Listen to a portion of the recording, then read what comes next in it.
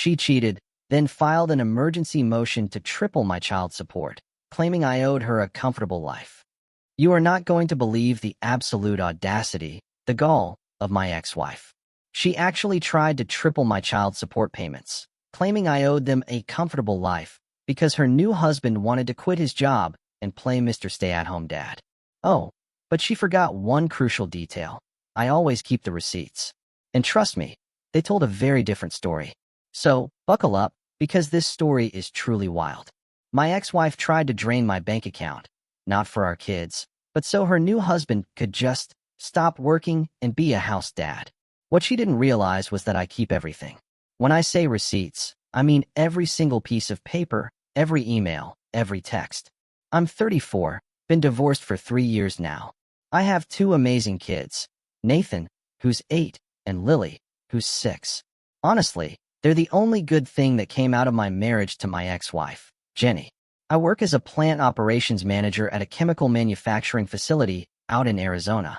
It's not the most glamorous job, no, but it pays the bills, and it pays them well. The benefits are rock solid, and I've been there 9 years, working my way up from quality control tech to where I am now. I own a 3-bedroom house in a decent neighborhood, drive a 2019 Ford Ranger that's almost paid off, and for the first time since the divorce, I actually have some money in my savings account. My company makes industrial chemicals, nothing super exciting, but it's steady. We run 24/7, about 80 employees. My job is basically making sure everything runs smoothly. Production, maintenance, safety. I started right out of college with an industrial engineering degree and just kept climbing. The company used to be family-owned, but it was sold to a larger corporation 5 years ago. Luckily, the benefits stayed great. Good insurance, 401k matching, 3 weeks paid vacation. My house. It's nothing fancy. Built in '98, classic Arizona stucco, 3 beds, 2 baths, decent backyard with a patio. I got it during the divorce because the market was good and I needed a stable place for the kids. Fixed-rate mortgage, super manageable even with child support. The first few months after moving in, I focused entirely on setting up the kids' rooms exactly how they wanted. Nathan went for dinosaur bedding and planet posters. Lily, of course, wanted everything pink, purple, and covered in butterflies. I made sure they each had their own space, their own stuff. It felt like their home, not just Dad's house where they visited. The Ranger was a practical choice. I needed something reliable for work and hauling stuff around the house. Got it certified pre-owned, V6 engine, extended cab, so the kids fit comfortably. It's not flashy, but it gets the job done. Oil changes every 5,000 miles. Regular maintenance. This truck will easily last me another decade. The divorce itself was pretty standard. Jenny decided she wasn't happy anymore. Said she needed to find herself, explore her options. Translation? She'd been seeing someone else for about 6 months and wanted to make it official. His name is Brandon. Pharmaceutical sales. Drives a leased BMW. Wears designer jeans that probably cost more than my truck payment. Yeah, a real winner. I found out about Brandon by accident. Jenny had left her phone unlocked on the kitchen counter one Saturday morning.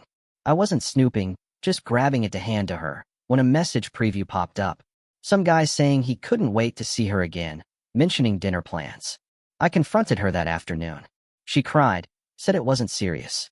2 days later, she said she wanted a divorce because she couldn't deny her feelings anymore. The whole thing, from discovery to her moving out, took 3 weeks. Brandon was 31 then. Worked for a mid-sized pharma company, sales to doctors' offices and hospitals. Apparently, he made good commission, always bragging about his numbers. He leased a BMW 5 Series for like $850 a month. Wore suits that cost more than I spent on clothes in a year. He had this whole image going. Expensive watch, designer sunglasses, hair product that probably cost $40 a bottle. Everything about him screamed, trying too hard.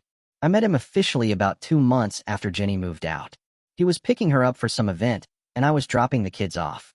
I shook his hand. He had one of those grips where he squeezes extra hard, like he's trying to prove something. He asked me about my truck. Said he'd considered one, but decided the BMW was more his style. Cool story, buddy. I didn't fight the divorce. What's the point? If someone wants out, let them go. We agreed on joint custody, alternating weeks with the kids. I pay child support, about $1,200 a month, which honestly felt fair given my income and expenses. The kids stayed on my health insurance because my company plan is way better than whatever Brandon had. Jenny kept the condo we'd been renting because I didn't want the kids to change schools. I moved into my house about 15 minutes away, made sure Nathan and Lily had their own rooms, kept everything as stable as possible for them. Our custody agreement was straightforward. Week on, week off. Exchanges were Sunday evenings at 6 p.m. Holidays split evenly. I got Thanksgiving, she got Christmas in even years, reversed in odd years. Summer break was divided into 2-week blocks. We both had decision-making authority for medical and educational stuff, and we had to communicate about major decisions. I agreed to keep paying for their health insurance, dental, vision. Jenny handled school registration since she lived closer. The support calculation was based on state guidelines, factoring in our incomes, custody time, and who paid for insurance. It came out to $1,200 monthly, paid on the first direct deposit. The kids adjusted pretty well. Nathan had some rough nights at first, asking why Daddy wasn't coming home, but we worked through it. I made sure they knew they were loved, that the divorce wasn't their fault, all the stuff you're supposed to say. Lily was younger, so she rolled with it better.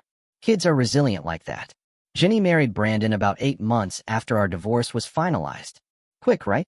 They'd been living together the whole time anyway, so marriage just made it official. Brandon seemed okay with the kids initially. He bought Nathan some gaming stuff, took Lily to the park, played the stepdad role well enough. I didn't love it, but I wasn't going to be that bitter ex-husband who makes everything difficult. As long as my kids were safe and happy, Brandon could exist. Now, here's where things get interesting. About 6 months ago, Jenny started making comments during custody exchanges. Little digs about how my house was smaller than their new place, how Brandon's car was nicer than my truck, how they were planning this big vacation to Hawaii, and wouldn't it be nice if I contributed more so the kids could have better experiences? I ignored it. Jenny always had a thing about appearances, about keeping up with some imaginary standard that nobody actually cared about. It was one of the reasons our marriage fell apart. She wanted the Instagram life, and I was focused on building actual stability. Then, 2 months ago, Nathan mentioned something weird during dinner. We were eating tacos, which is basically our Wednesday tradition now. He was telling me about his day, and he mentioned Brandon had been home a lot lately. Like, during work hours. Helping with homework, making lunch, just hanging around the house. Nathan thought it was cool because Brandon would play Xbox with him in the afternoons. I didn't think much of it at first. Maybe Brandon's job was remote now, or he had flexible hours. Sales jobs can be weird like that. But then Lily mentioned that Brandon was there when she got home from school, too, and that he'd been there every day for weeks. Something felt off. I started paying more attention during custody exchanges. Brandon's BMW was always in the driveway when I dropped the kids off on Sunday evenings. Still there when I drove by their house on my way to work Monday mornings around 7 a.m. Sales guys are usually out early, making calls, visiting clients. This guy was home. I also noticed his appearance had changed. He used to be dressed sharp all the time, suit and tie, polished shoes. Now, he'd answer the door in gym clothes or casual stuff.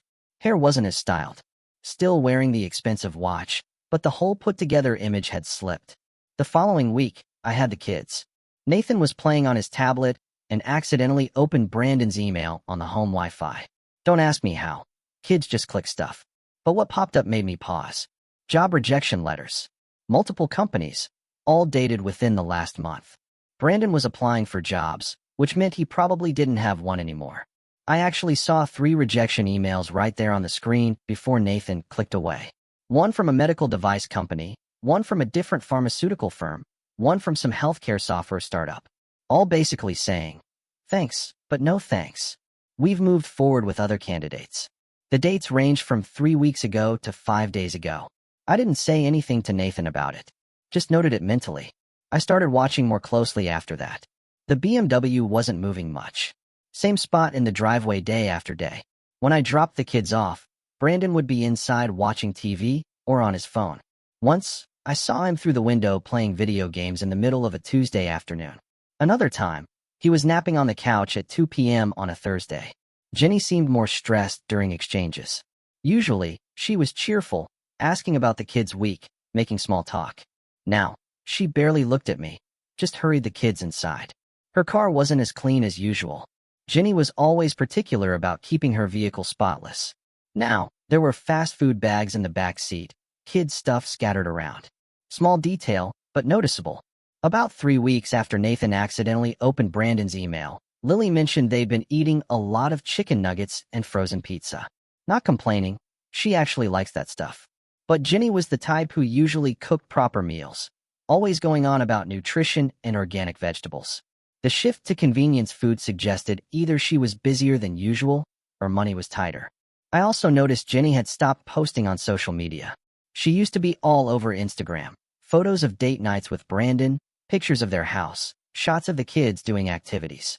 Suddenly, nothing for weeks. Her last post was from like 6 weeks back, some scenic photo with a generic caption. A woman who normally posted 3 times a week going radio silent? Something was definitely up. 3 weeks ago, Jenny texted, asking if we could talk. Said it was important, about the kids' future. We met at a coffee shop near her place. Standard chain place, nothing fancy. I got there 5 minutes early, ordered a black coffee, sat at a table in the corner. She showed up 10 minutes late, which was unusual. Jenny's normally punctual. She looked stressed. Hair wasn't done like usual, wearing sweats instead of her normal put-together outfits. No makeup, which I'd almost never seen. She ordered some complicated latte, took forever, then sat down across from me. We made small talk first. How are the kids doing at school? Nathan's basketball starting soon, Lily's art project. Standard co-parenting conversation stuff. I could tell she was working up to something.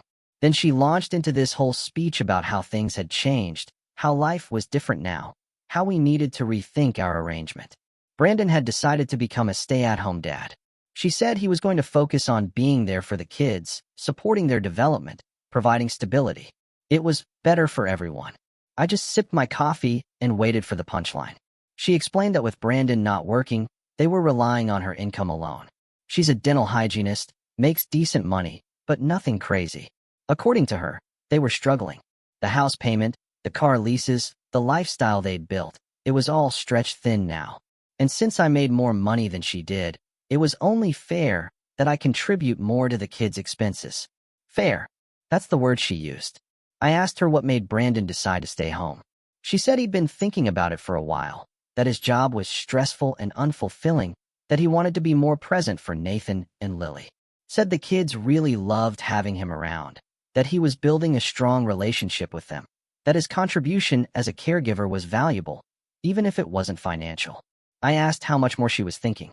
She slid a paper across the table, a proposed modification to our child support agreement. She wanted $3,600 a month, triple what I was currently paying. The document was already drafted, probably by some lawyer friend who thought they were being helpful.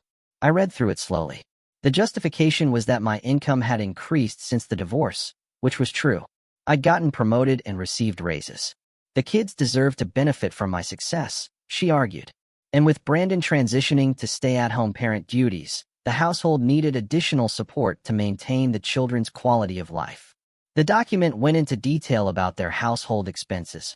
Mortgage payment of $2,400 monthly, car payments totaling $1,100, insurance, utilities, groceries, kids' activities, clothing.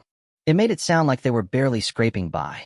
Then there was a section about how the kids would benefit from the increased support, better enrichment activities, higher quality food, more educational resources, family vacations that included me contributing financially even though I wouldn't be there. That part was rich. Here's the kicker. At the bottom of the document, there was a line about how I owed them a comfortable life because I was the higher earner, and it was my responsibility to ensure the children didn't suffer due to Brandon's career change. Owed them, not the kids, them. I put the paper down and looked at Jenny. She actually believed this was reasonable, that I should triple my child support payments so her new husband could quit his job and play video games with my son during work hours. I told her I'd think about it. She got annoyed, said she'd hoped I would be mature about this, that I would put the kids first. She implied that if I didn't agree, she'd have to take legal action. An emergency motion, she called it. Her lawyer said judges were usually sympathetic to situations where one parent was struggling financially. I finished my coffee and left. That night, I couldn't sleep. This woman cheated on me, divorced me, married her affair partner, and now she wanted me to fund her new husband's unemployment so he could hang out at home all day. The entitlement was staggering. But I'm not stupid. I've learned over the years that emotional reactions don't solve problems. Logic does. Planning does. So instead of getting angry, I got strategic. First thing I did was call my lawyer. Not the guy who handled the divorce. He was fine. But this needed someone more aggressive. I found a family law attorney named Patricia who had a reputation for not taking garbage from anyone. She cost more per hour, but I knew she'd be worth every penny. I called her office Monday morning, explained the situation. Her paralegal got me in for a consultation that same afternoon. Patricia's office was in a professional building downtown. Nice setup, but not pretentious. Framed degrees on the wall, family photos on her desk, shelves full of law books that looked actually used. The woman was in her mid-50s, dressed professional but practical. She shook my hand with a firm grip and told me to sit down and tell her everything. I went through the whole story. The divorce 3 years ago, the custody arrangement, my consistent support payments, Brandon entering the picture, the recent behavior changes, Jenny's proposal to triple my payments. I showed her the document Jenny had given me. Patricia reviewed the proposed modification and actually laughed. She said Jenny's lawyer was either incompetent or desperate. The justification that I owed them a comfortable life because Brandon chose to quit his job was legally nonsense. Child support is based on both parents' incomes and the children's needs, not on funding a step-parent's lifestyle choices. She explained that courts look at several factors when modifying support. Changes in either parent's income, changes in the children's needs, changes in custody arrangements, and any material changes in circumstances. A new spouse choosing voluntary unemployment does not qualify as a material change that would increase the other parent's obligation. She asked if I had any documentation about Brandon's employment situation. I told her what Nathan had mentioned about Brandon being home all the time, the email rejections I'd glimpsed, the fact that Jenny seemed stressed about money suddenly, the changes in Brandon's appearance, and their household routines. Patricia said we needed more information. She filed a discovery request, which basically forced Jenny to disclose her household financial situation. If she was claiming financial hardship, she had to prove it. That meant bank statements, tax returns, employment records for both her and Brandon, household expenses, everything. The discovery process is interesting. When someone files for a support modification claiming they can't make ends meet, the court requires complete financial disclosure. Both parties have to produce documents. Last 2 years of tax returns, 6 months of bank statements, pay stubs, credit card statements, loan documents, mortgage statements, vehicle information, insurance policies. You can't just claim you're broke without proving it. Patricia's paralegal prepared the discovery requests, a comprehensive list of documents we needed, and sent it certified mail to Jenny's attorney with a 30-day response deadline. Legally, they had to comply. Refusing to produce documents makes you look like you're hiding something, and judges do not appreciate that. While we waited for discovery responses, Patricia advised me to start documenting everything on my end. Keep detailed records of all interactions with Jenny and Brandon. Note any comments the kids made about their living situation. Save all text messages and emails. Track my own expenses related to the children. Create a timeline of when I started noticing changes in Brandon's employment status. I spent evenings putting together a binder. Organized chronologically, color-coded tabs. I printed emails from the divorce showing the original custody and support agreement, screenshots of my bank statements showing I'd paid support on time every single month for 3 years. Never missed a payment. Receipts for kids' expenses I'd covered beyond the support. Birthday presents, school supplies, clothes, shoes, records of medical expenses I'd been reimbursing Jenny for. That medical expense thing was interesting. Part of our divorce agreement was I'd pay for health insurance, and we'd split co-pays and other out-of-pocket costs 50-50ths. Jenny would pay up front, send me receipts. I'd reimburse her half. I'd been doing this for 3 years. I started really looking at those receipts. Something felt off about some of them. One from 8 months ago said Nathan had a dentist appointment. Copay was $75. I sent Jenny $37.50, like always. But when I called our insurance company to check the claim, it turned out the visit was fully covered. No copay at all. Jenny had pocketed the $37.50. I found another one.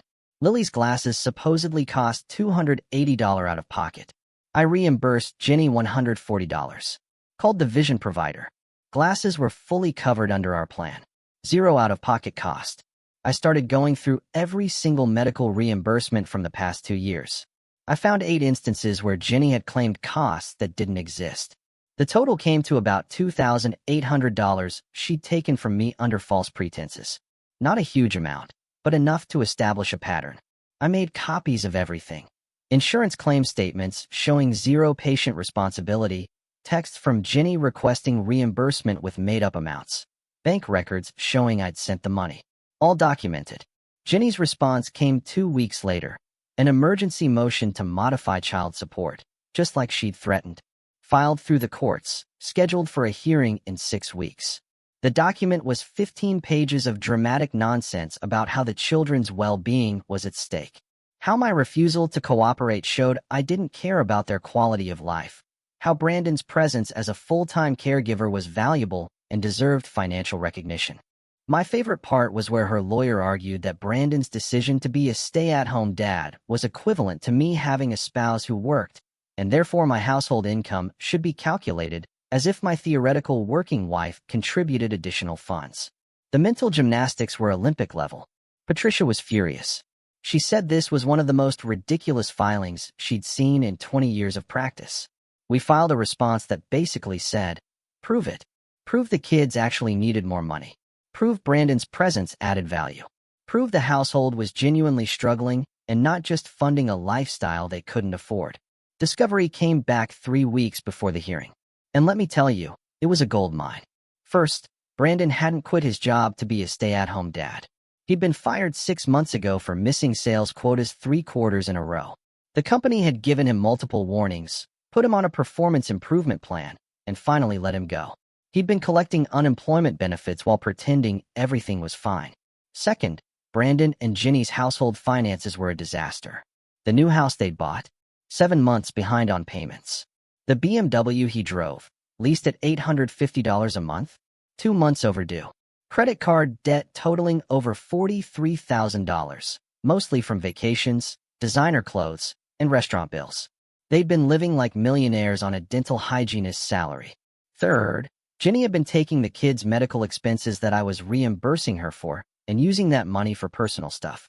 I'd been sending her money for co-pays, prescriptions, Lily's glasses, all documented. She'd been pocketing it and using our health insurance without telling me, then claiming she paid out of pocket. We found receipts for a weekend spa trip that coincidentally cost exactly what I'd sent for Nathan's dental work that month. Fourth, Brandon had applied for over 60 jobs in the past 5 months. Got rejected from all of them. His resume was full of exaggerations about his sales record that didn't match his actual employment history. Multiple companies had flagged his applications as dishonest. The man couldn't get hired anywhere, so the whole stay-at-home dad thing was a cover story. Fifth, Jenny had been telling people at her work that I was a deadbeat dad who refused to pay more child support. We had screenshots of texts she'd sent to coworkers talking about taking me to court, about how I was selfish and only cared about money. She even called me cheap for driving a Ford instead of something nicer. Said the kids were embarrassed about my house. Patricia organized everything into a binder.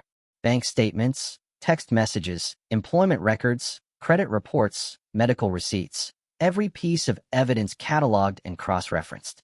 She built a timeline showing exactly when Brandon lost his job, when the financial problems started, when Jenny began pressuring me for more money. We also looked into Brandon's social media. This guy, this absolute genius, had been posting on Instagram the entire time about his stay-at-home dad life. Pictures of him at the gym at 10 a.m. on weekdays.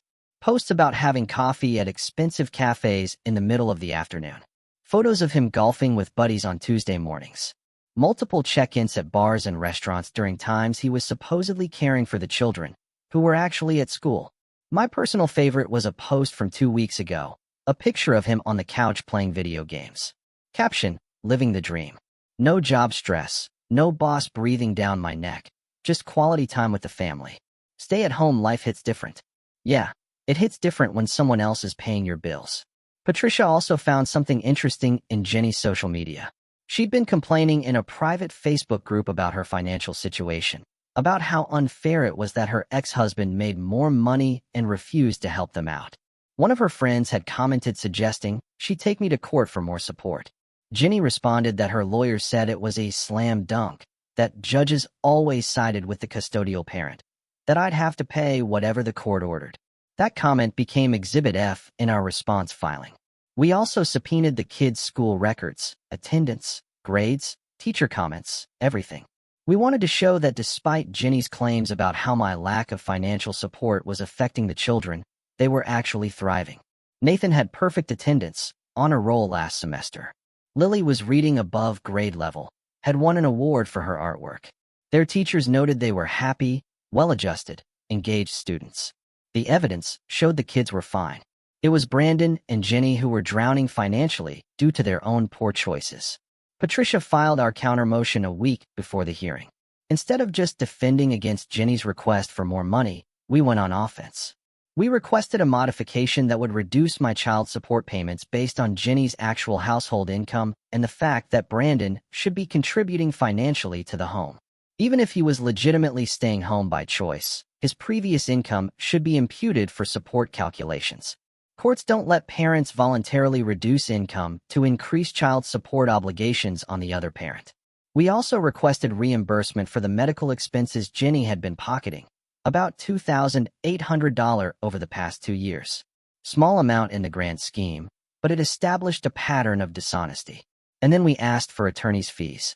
Ginny had filed a frivolous motion that wasted court time and legal resources. I'd had to hire Patricia, spend hours gathering evidence, deal with this nonsense when I should have been focused on actually parenting my kids. We wanted Ginny to pay my legal bills. The hearing was scheduled for a Thursday afternoon. I took the day off work, wore a suit, brought my binder of evidence. Patricia looked like she was ready for war. Ginny showed up with her lawyer, who looked way less confident than he probably had when he filed the original motion. Brandon came too, wearing khakis and a polo, like he was interviewing for a country club membership. Ginny looked nervous. The judge was a woman in her late 50s who'd been on the bench for 15 years. She had a reputation for not tolerating nonsense. Ginny's lawyer went first. He gave this whole sob story about how hard things were, how Brandon's choice to be present for the children was admirable and deserved recognition, how my income had increased substantially and the kids should benefit. He presented their household budget, showing they were barely scraping by on Ginny's income alone. Then Patricia stood up. She methodically destroyed every single argument. She showed Brandon's termination papers, presented the bank statements showing their wild spending habits, displayed the Instagram posts where Brandon was clearly not focused on childcare during school hours, highlighted the text messages where Ginny called me a deadbeat despite me paying my support on time every month for 3 years. The judge's expression went from neutral to annoyed about halfway through Patricia's presentation. When Patricia got to the medical expense reimbursements, Ginny's face went pale. She tried to interject, saying there was a misunderstanding, but the judge told her to be quiet. The judge asked Brandon directly why he thought he wasn't obligated to contribute financially to the household. Brandon stumbled through an answer about being there for the kids, about how childcare was valuable work, about how he was building a foundation for their future. The judge asked him what he'd been doing between 9 a.m. and 3 p.m. on weekdays when both children were at school. Brandon didn't have a good answer. She asked Ginny why she thought I should increase my support payments to cover her new husband's unemployment. Ginny said something about the kids deserving consistency, about maintaining their lifestyle. The judge pointed out that the kids were with me 50% of the time, were doing excellent in school, and showed no signs of financial hardship in either household. The lifestyle Ginny was concerned about maintaining appeared to be her own, not the children's. Then the judge asked about the medical reimbursements. Ginny tried to explain that she'd intended to use that money for the kids eventually, that it wasn't technically fraud. The judge noted that misrepresenting medical expenses to obtain funds from the other parent was, in fact, fraud. Small scale, but fraud nonetheless. The ruling came down like a hammer. Motion to increase child support? Denied. The judge stated that Brandon's voluntary unemployment was not a valid reason to increase support obligations, and that Ginny's household financial mismanagement did not constitute an emergency requiring immediate modification. Request to reduce my support payments? Partially granted. The judge imputed Brandon's previous income into the household calculation, which actually reduced my monthly obligation by $200. I was now paying $1,000 a month instead of $1,200. Reimbursement for medical expenses? Granted in full. Ginny had to pay me back $2,800 plus interest. Attorney's fees? Granted. Ginny was responsible for paying my legal costs, which totaled about $8,500. The judge also ordered that all future medical expenses be submitted with documentation before reimbursement, and that any attempt to inflate or misrepresent costs would result in sanctions. Ginny started crying. Brandon looked like he'd been hit by a truck.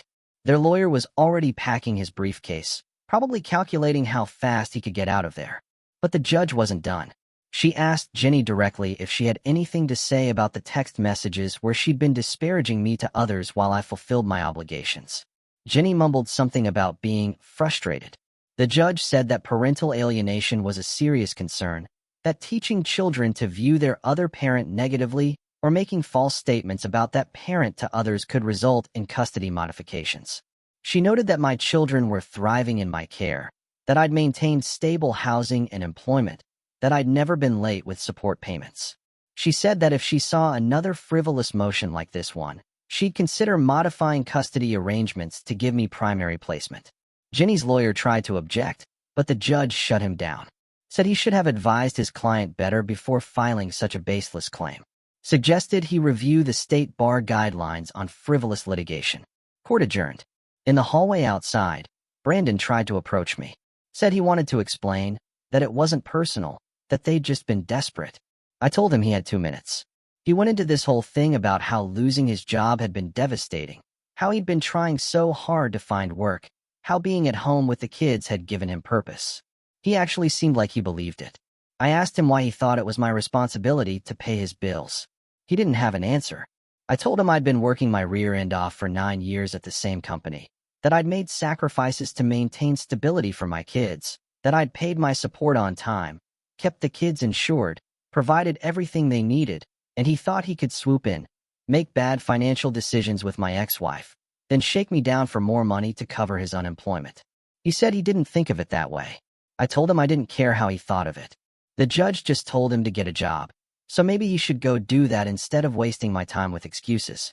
Brandon just walked away. Ginny came out a few minutes later, red-eyed and angry. Accused me of humiliating her in court, of making her look bad in front of the judge. Said I could have just agreed to help them out instead of dragging everyone through this mess. I reminded her that she filed the motion. She dragged us into court. I just defended myself. She said the kids would remember this, that they'd know I chose money over their well-being. I told her the kids were doing great. Honor roll, perfect attendance, happy and healthy. The only well-being at risk was hers because she'd married someone who couldn't hold a job and then tried to make it my problem. Patricia pulled me away before I could say anything else. We left the courthouse and got lunch. She said that was one of the most satisfying hearings she'd done in months. Said judges hate manipulation attempts like that, especially when one parent is clearly trying to weaponize the system. I paid her bill the next week. Worth every penny. The $2,800 reimbursement showed up in my account 3 weeks later. Ginny paid it in 2 installments because apparently, coming up with that much cash at once was difficult. First payment was $1,500. Second was $1,300 about 10 days later. The attorney's fees took longer. Patricia sent Ginny's lawyer the invoice. $8,500 total. They tried to negotiate it down, claimed it was excessive. Patricia sent them an itemized breakdown of every hour worked, every document filed, every phone call made. They shut up after that. Ginny's making payments, $500 monthly until it's settled. 17 months of reminders that filing frivolous lawsuits has consequences. My reduced child support kicked in immediately. The extra $200 a month goes straight into college funds I set up for Nathan and Lily. They don't know about it yet, but by the time they're 18, each kid will have a decent chunk for school. 2 weeks after the hearing, Ginny texted asking if I'd be willing to take the kids an extra night each week. Said her work schedule changed and she needed help. I said, sure, as long as we adjust the support calculation accordingly. She never brought it up again. Brandon got a job about 3 weeks after court. Nathan mentioned it during dinner one night. Brandon was working at a gym now, something at the front desk. Lily said he seemed grumpy about it. Didn't want to talk about work when they asked. I looked it up later. Big chain gym, decent facility. Front desk positions there pay about $14 an hour. Brandon went from probably $70,000 in pharmaceutical sales to $30,000 checking people in at a gym. That's what happens when you get fired for performance issues and spend 6 months unemployed instead of taking whatever work you can find. Jenny stopped making comments about my house or truck. Custody exchanges became silent transactions. She pulls up. I walk the kids out. They get in her car. She drives away. No small talk, no eye contact, no passive-aggressive digs. Fine by me. Her social media stayed quiet for about 6 weeks. Then she started posting again, but different now. No more vacation photos or date night pictures. Mostly just kid stuff. Generic, inspirational quotes. Occasional photos of her garden. The whole carefully curated lifestyle image disappeared. Brandon's Instagram got interesting though. This guy started posting gym selfies constantly, trying to rebrand himself as a fitness enthusiast. Every other day there's a new post about motivation, grinding, building yourself back up. Comments are turned off on all of them. About 2 months after the hearing, I got a call from Jenny's lawyer. He wanted to discuss possibly modifying the payment plan for the attorney's fees. Said Jenny was struggling to keep up with all her obligations. Wondered if I'd accept $300 monthly instead of $500. I told him to talk to Patricia. Patricia called me an hour later laughing. Said she told Jenny's lawyer absolutely not. The payment plan was already generous, and if Jenny missed a payment, they'd pursue collection. He didn't push back. 3 months post-hearing, Nathan's basketball season started. I'm coaching his team, which is hilarious because I'm terrible at basketball, but the kids think it's funny. We practice twice a week, games on Saturdays. Brandon showed up to the first game, sat in the bleachers by himself, watched quietly, left without saying anything to anyone. Hasn't missed a game since, but doesn't try to interact, just watches Nathan play and leaves. Jenny comes to about half the games. When she does, she sits on the opposite side of the court from Brandon. They're clearly not doing well, but that's not my problem. Last month, I got my annual review at work. Got another raise, 4% this time. My boss said they're considering me for a director position that might open up next year.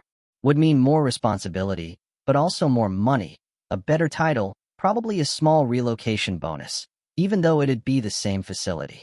Nathan asked me last week why Brandon and his mom seemed sad lately. Kids are perceptive.